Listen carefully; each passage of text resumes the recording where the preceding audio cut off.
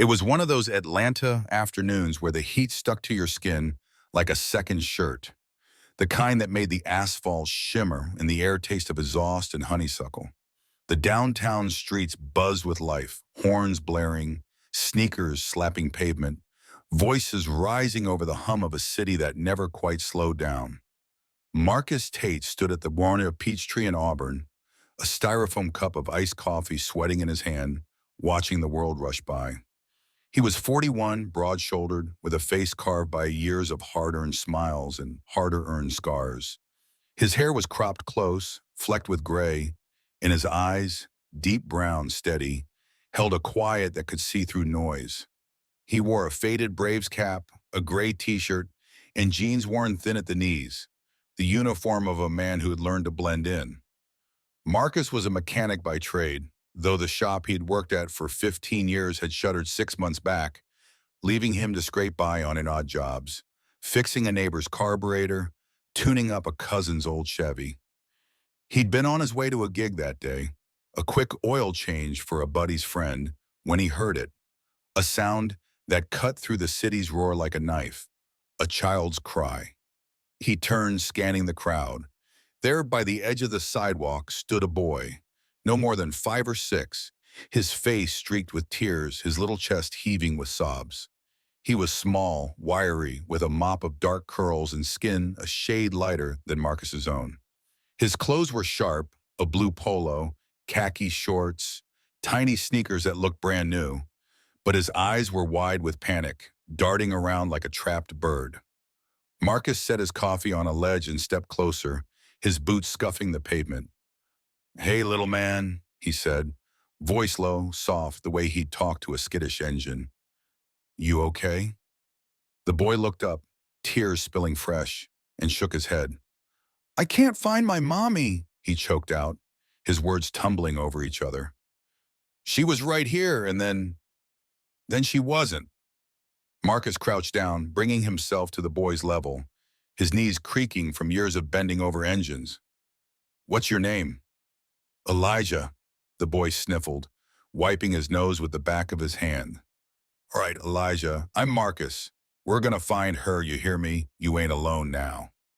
Elijah nodded, tentative, his small hand clutching the hem of his shirt.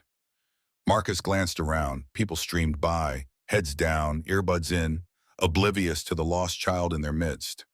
Atlanta was like that sometimes, a city of millions where you could still feel invisible. He stood, offering his hand. "Come on, let's figure this out."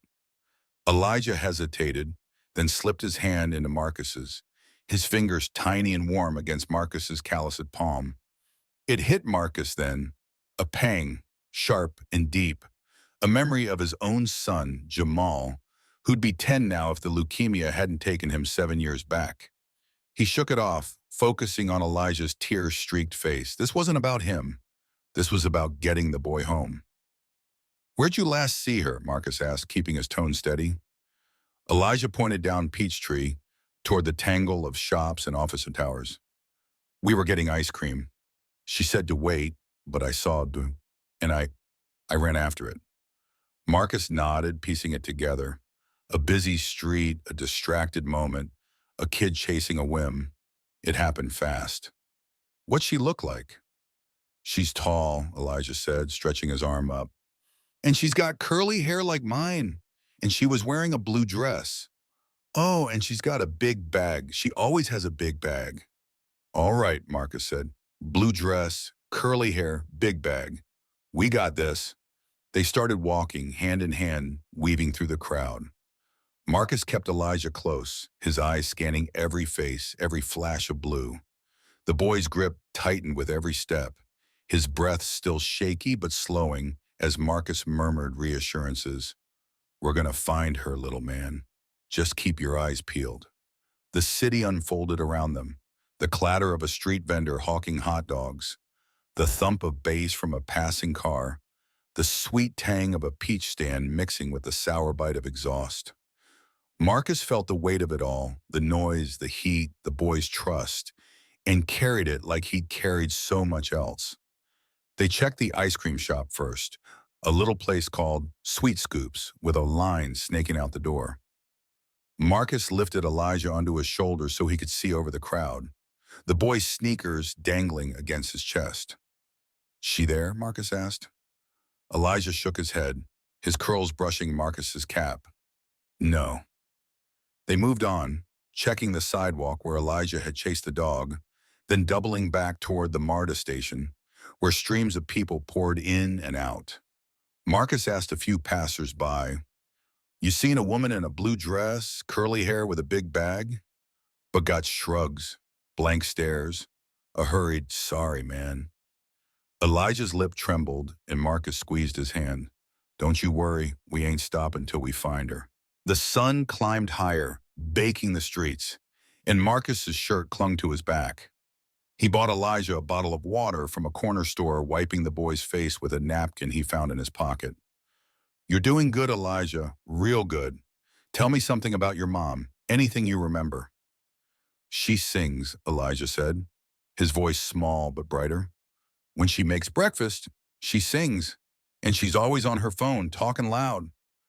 Marcus chuckled, picturing it, a woman belting out tunes over pancakes, juggling calls. "Sounds like she's got some fire in her. We'll find her soon." They kept going, circling back toward Peachtree Center, where glass towers loomed and suits hustled between meetings. Marcus's legs ached, his throat dry, but he didn't slow. He thought of Jamal again, how he'd searched to the ends of the earth if it were him, lost out here, and pushed on. Elijah started to lag, his steps dragging, so Marcus hoisted him onto his shoulders again, ignoring the twinge in his back. "You're my lookout, all right? You spot her, you holler."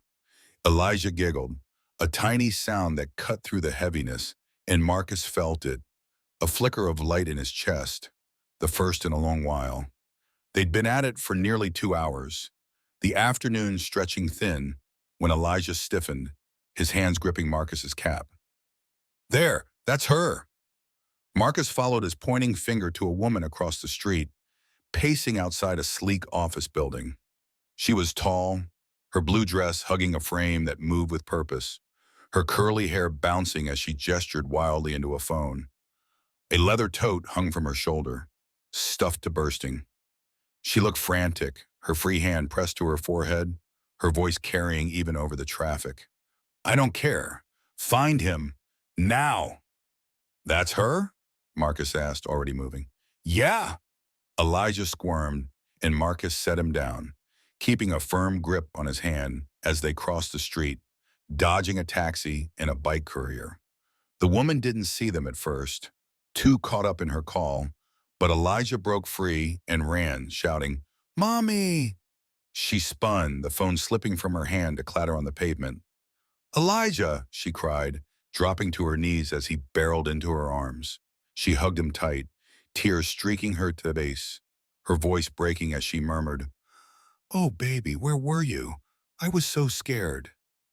Marcus hung back, catching his breath, watching the reunion unfold. The woman, Elijah's mother, was striking, her presence commanding even in her panic. Her dress was tailored, her heels sharp, her bag spilling papers and a laptop onto the sidewalk. She looked up, finally noticing him, and stood, pulling Elijah close. "Who are you?" she asked, her tone sharp but trembling. "Name's Marcus," he said, tipping his cap. "Found him crying a few blocks back. Been looking for you." Oh, her eyes softened, though her posture stayed rigid. "You found him? You brought him back?" "Yeah, he's a good kid. Told me about your singing and your big bag. Helped me spot you." She laughed, a shaky sound, and brushed a curl from her face. "Thank you. I don't even know what to say. I turned around for 1 second and he was gone. I've been losing my mind." "Glad he's safe," Marcus said, stepping back. "You two take care." "Wait," she called as he turned to go. "Please, let me do something. Give you something. You saved me today." Marcus shook his head. "Don't need nothing. Just wanted him back where he belongs." She studied him, her gaze piercing, then nodded slowly. "Thank you, Marcus. Truly." He tipped his cap again and walked off, the weight of the day settling into his bones. He didn't look back, didn't see her pick up her phone or the way she watched him disappear into the crowd. He figured that was it, a good deed done, a story ended. But it wasn't. Her name was Vanessa Carter, though Marcus wouldn't learn that for days. She was 38, a single mother, and the CEO of Carter Innovations, a tech firm that had taken Atlanta by storm. Smart home systems, apps that ran half the city's businesses, a name splashed across Forbes and CNN. She'd built it from nothing, a girl from Bankhead who'd clawed her way up with grit and a mind that didn't quit. That day, she'd been in a meeting with investors when Elijah slipped away, chasing that damn dog. She'd spent hours searching, calling security, the police, her team, everyone. Her world unraveling with every minute he was gone. Back at her office, Vanessa couldn't shake Marcus's face. Those steady eyes, that quiet strength. She'd seen kindness before, but this was different. He hadn't asked for a dime, hadn't lingered for praise. She dug into her bag, found a business card, and scribbled a note. "Marcus, I owe you more than words. Call me." She didn't have his number, didn't know where he lived, but Atlanta wasn't that big. She'd find him. Marcus, meanwhile, went back to his life, his one-room apartment in Vine City, his tools spread across a folding table, his days filled with small fixes and smaller paychecks. He thought of Elijah sometimes, that little hand in his, and it stirred something he'd buried since Jamal, hope maybe, or just the ache of what could have been. He didn't expect to hear from Vanessa again, didn't expect anything. A week later, he was under a '98 Honda, wrench in hand, when a shadow fell over him. He slid out, wiping grease on his jeans, and saw her, Vanessa, standing in the driveway of his buddy's garage, Elijah at her side. She wore a cream blazer now, her hair pulled back, but her eyes were the same, sharp, searching. "Marcus," she said, smiling, "took me a while to track you down." He stood, brushing his hands. "Didn't think I'd see you again." "I don't let debts go unpaid," she said, stepping closer. Elijah ran up, hugging Marcus's leg, and Marcus ruffled his curls, grinning despite himself. "Ain't no debt," Marcus said. "Just did what anybody would." "Not anybody," Vanessa replied, her voice firm. "Listen, I've got a proposition." She explained. Her company needed a fleet manager, someone to keep their delivery vans running, handle logistics. She'd asked around, learned Marcus was a mechanic, a good one, and she wanted him on her team. "It's a job," she said, "good pay, benefits, and it's not charity, it's what you're worth."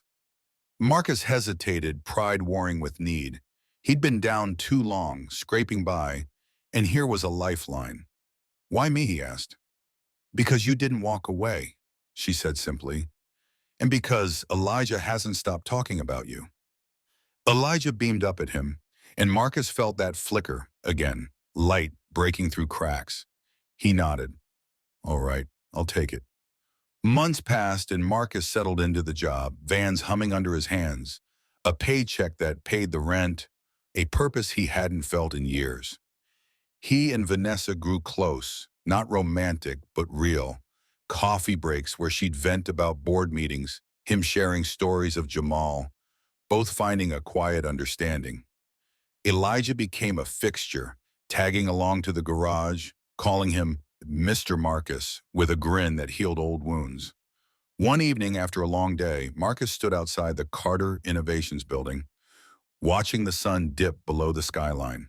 Vanessa joined him, Elijah asleep in her arms. "You know," she said, "I never told you what you did that day. Not just for him, for me. I was falling apart, and you gave me back my world." Marcus looked at her, then at the city sprawling out below, Atlanta, with its heat, its hustle, its heart. "You gave me something too," he said, voice rough. "A chance to keep going." She smiled and they stood there, the weight of their paths crossing, settling between them. It wasn't a fairy tale, wasn't perfect, just two people who'd found each other in the chaos, one hand guiding another home. And that's the story, folks, a tale of a lost boy, a man who stopped, and a mother who never forgot. It's messy, it's real, and it's proof that sometimes the smallest acts ripple out to touch the deepest places. If this hit you where it counts, like and share it. Let's keep these stories alive.